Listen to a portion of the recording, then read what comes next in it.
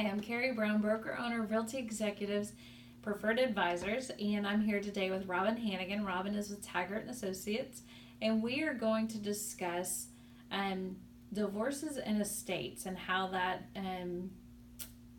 affects appraisals. Not necessarily the status, but what goes into that.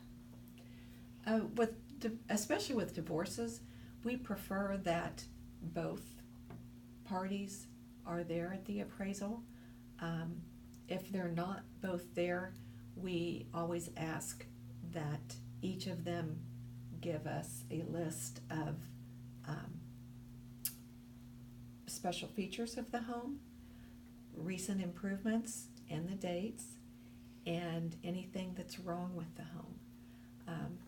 The reason that we like to have both parties there is because we know that we're getting the truth. We know that everybody knows what everyone else has said.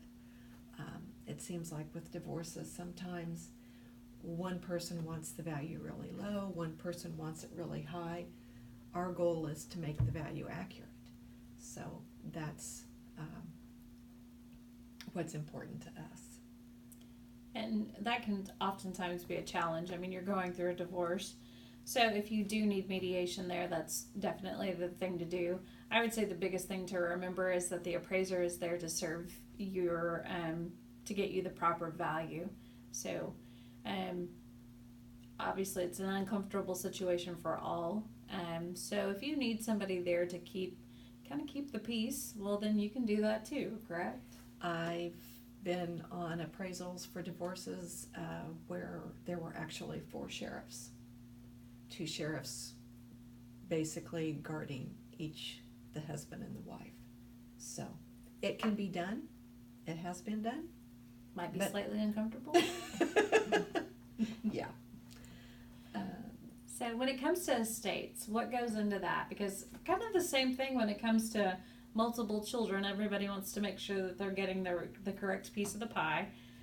So what goes into getting that done accurately? One thing that's unique with estates is typically the appraisal is dated as of date of death, not the date that the appraiser is out there. So when we look at the property, we also need to know if there have been any changes between when that person passed away and when the appraiser shows up. Sometimes it can be 6 months, sometimes it can be almost a year. So that's something that also needs to be addressed. And when it comes to that, obviously utilities still need to be on. Correct. That seems to be one of the questions whenever we have someone pass is they turn the utilities off because nobody really wants that extra debt.